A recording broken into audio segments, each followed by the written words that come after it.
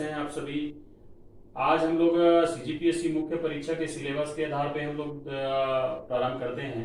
तो आप लोग देख रहे हैं जैसे जैसे जो भी शहर है या उनकी किनारे नदी जो स्थित है उनके बारे में, साक्ष्य के बारे में और उसके खोजकर्ता के बारे में पूछा जा रहा है। और चाहे आपका प्रारंभिक परीक्षा हो, मुख्य परीक्षा हो, या छत्तीसगढ़ व्यावसायिक परीक्षा मंडल या सीजीपीएससी के अन्य भर्ती परीक्षा में देखे होंगे आप लोग अटेम्प्ट कर रहे हैं। तो हम लोग देखते हैं इसका काल को निर्धारण कब कब इसका सृजन हुआ इस शहरों का, और इसमें जो खुदाई से प्राप्त हुआ है। तो जॉन मार्शल पुरातत्ववेत्ता थे, वो उन्होंने बताया कि 3200 से 2700 ईसा पूर्व के आसपास होता है। मार्टिन व्हीलर बता रहे हैं 2500 से 1500 ईसा पूर्व के आसपास बता रहे हैं। और वहीं आप कार्बन डेटिंग में पढ़ेंगे 2350 से आपको 1750 तक के बता रहे हैं। एनसीईआरटी किताब में आपको 2500 से 1800 ईसा पूर्व बता रहे हैं। अब देखिए ये 2 नंबर का 16-17 का आप सीजीपीएससी मेन से देखेंगे, अगर एग्जाम में देखिए पूछा जा रहा है कि इसका पतन कैसे हुआ, कारण को सही समझाइए। तो जिसमें जैसे जॉन मार्शल बोल रहे हैं कि क्या है, बाढ़ का कारण है। कई जैसे देखेंगे जैसे हड़प्पा रावी नदी के है, मोहन सिंधु है, और अन्य हम लोग बारी बारी देखेंगे। तो जो जो स्थल जो है नदियों के किनारे थी, तो उन्होंने क्या है, बाढ़ या आक्रमण की वजह से उनसे जो तटस्थ सभ्यता है वो नष्ट हो गई। अब इसे मार्टिन व्हीलर बता रहा है बाह्य आक्रमण। तो उसमें क्या है कि सुव्यवस्था था, तो हो सकता है कि उनकी संस्कृति सभ्यता को अपनाने के लिए या फिर ऐसा दमन करके उसमें राज व्यवस्था स्थापित करने के लिए। तो आगे हम लोग देखेंगे कि यही सभ्यता आगे पलायन होके पांचजन्य या जो 5 नदी है ऊपर आप देखे होंगे, सिंधु, चिनाब, झेलम, रावी, ब्यास और सतलज। तो इनमें ही सभ्यता आया था। उनको आर्य बोलते हैं, कुछ लोग बताते हैं, आगे हम लोग देखेंगे। अब एम आर स्वामी जी बोलते हैं भूकंप के कारण नष्ट हुआ।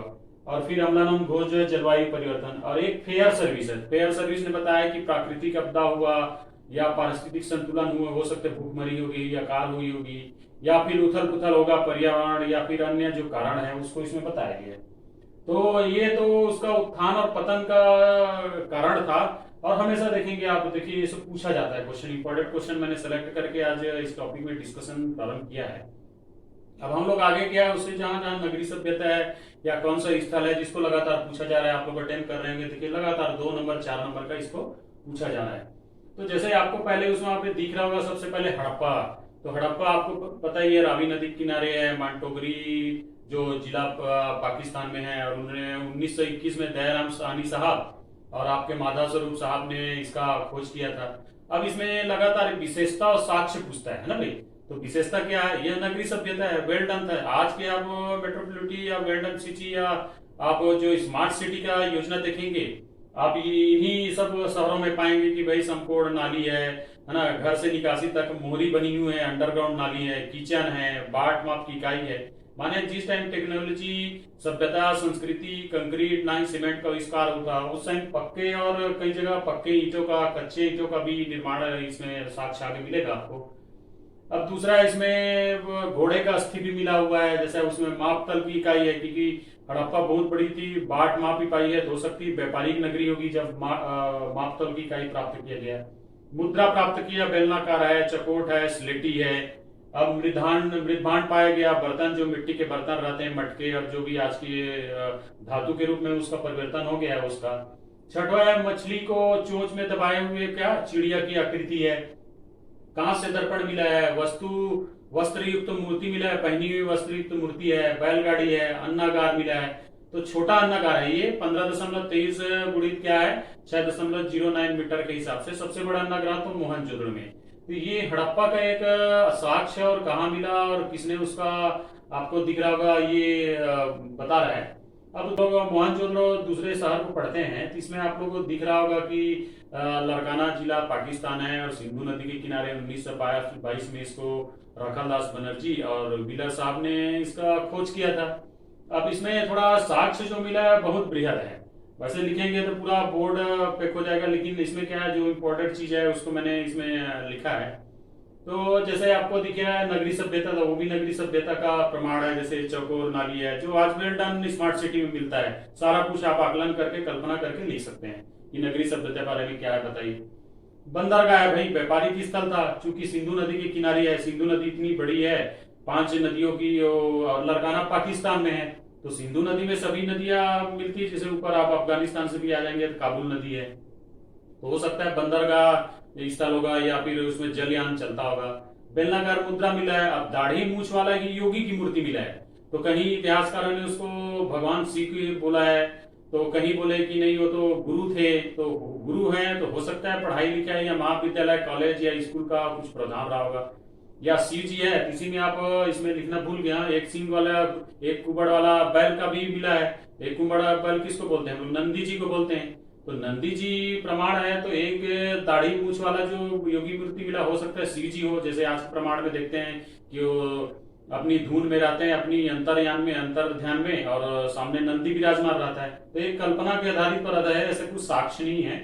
और महाविद्यालय जैसे बता रहे हैं पढ़ने लिखने के लिए स्नानागार, तो स्नानागार इसमें सबसे बड़ा है। स्नानागार जो स्विमिंग पूल है तो लगभग 11.8 से 7.0 और गुणित 2.43 मीटर के उसका क्षेत्रफल है जैसे है। अब इसमें आगे अन्नागार तो रखते हैं अन्न की कोठी जो रहती है, तो ये सबसे बड़ा अन्नागार है। 45.71 से 15.23 मीटर के मिला है। अब इसमें नर्तकी की कांस्य मूर्ति मिली है। नर्तकी जो नटराज मुद्रा में है, तो हो सकता है उसको आकलन करके तो दाढ़ी मूछ वाला योगी है उसको शिव जी के रूप माना गया हो। अब इसमें बंदरगाह हमने लिख दिया था आगे। अब आवास गृह भी मिला है भाई। अब रह रहे महाविद्यालय होगा तो महाविद्यालय जैसे आज के डेट में देखे होंगे कि हॉस्टल रहता है ना भाई। उनके जो प्रोफेसर या प्राचार्य उनके रहने की स्थान होना चाहिए। अब मृदभांड मिला है, टोकरी मिला है, मिट्टी की गाड़ी मिला है, बहुत सारा इसमें ऐसे है। तो आप इतना विशेषता लिख सकते हैं। सबसे बड़ी विशेषता क्या लिखेंगे? सबसे बड़ी नगरीय सभ्यता है, इनमें ये साक्ष्य पाया जाता है, यह व्यापारिक गतिविधियों का केंद्र रहा है ना भाई। और इसमें सबसे बड़ा अन्नागार का प्रमाण है। और इसमें मतलब धान का कोठी वगैरह या अन्य जो हम लोग बोलते हैं, तो हो सकता है कृषि प्रधान रहा होगा, ये भी आकलन कर सकते हैं। अब जैसे पशुओं का उसमें एक सिंह या कुबड़ वाला बैल मिला है, तो हो सकता है पूजा पाठ आराधना के लिए, लेकिन मंदिर का साक्ष्य कहीं नहीं मिला है। ये चीज याद रखिएगा। एक बार क्वेश्चन आया था, उसको घुमा के पूछा गया था, तो उसमें लास्ट जो ऑप्शन था मंदिर का ऑप्शन था, तो बहुत लोग उसको गलती किए थे। अब तीसरा है चहुंद्रो, इसको पूछा गया था 2019 मेंस में 2 नंबर का। तो ये सिंधु नदी है, देखिए वो भी सिंध पाकिस्तान एरिया में है। और 1931 में गोपाल मंजूमदार और अर्नेट साहब ने इसको खोज किया है। अब इसमें मुख्य रूप से समझिएगा बात को। सबसे पहले तो ये है कि इसमें पक्की ईंटों का निर्माण है। टोटल जो साक्ष्य मिले सिंधु घाटी के, याद रखिएगा, कालीबंगन और रंगपुर में ही कच्चे ईंटों का निर्मित जो भी मकान या आवास या अन्य चबूतरा बना है। बाकी सब में पक्के ईंटों का निर्माण हुआ है। अब इसमें बिल्ली की पीछा करते कुत्ते का आकृति बनाया गया है। और सबसे बड़े बोलते हैं चहुंद्रों को पूरे मतलब जो सिंधु घाटी सभ्यता के 15 से 20 जो स्थल है उसकी इसको क्या बोलते हैं, प्रसाधन केंद्र बताते हैं। इसमें सौंदर्य प्रसाधन का स्थल रहते थे, सभी लोग आते थे उसमें। गंगा जो आज सौंदर्य प्रसाधन एक कहा जाए ब्यूटी पार्लर या फिर अन्य जो जिसमें फिटनेस है, खूबसूरती दिखने का जो इस्तेमाल होता है, कंघा, ककवा, पाउडर, लिपस्टिक, काजल वगैरह वगैरह सब इसमें मिले हुए हैं, है ना भाई। और इसमें पक्की ईंटों का निर्माण, तो जैसा आपको दिख रहा है 3 इंपॉर्टेंट शहर को मैंने चूज किया है। अब हम लोग गुजरात के और हरियाणा के मतलब स्टेट के हिसाब से चलेंगे, उसमें कंफ्यूजन होता है ना। पंजाब, पहले हम लोग गुजरात का देखेंगे, जिसमें गुजरात में आपको विदित ही होगा, रंगपुर है, लोथल है और धौलावीरा है, बहुत इंपॉर्टेंट शहर है ना भाई, कोटजीत है। अब पंजाब का भी देखेंगे, हरियाणा का भी देखेंगे, इन स्थलों को देखे होंगे। पिछले बजट 2020-21 में भारत सरकार ने इसको 5 स्थल जैसे हस्तिनापुर हो गया, धौलावीरा हो गया, बनवाली हो गई, है ना, इन सबको क्या उनको डेवलप करने के लिए, जैसे लोथल में राष्ट्रीय समुद्री बन रहा है, उसमें संग्रहालय बन रहा है।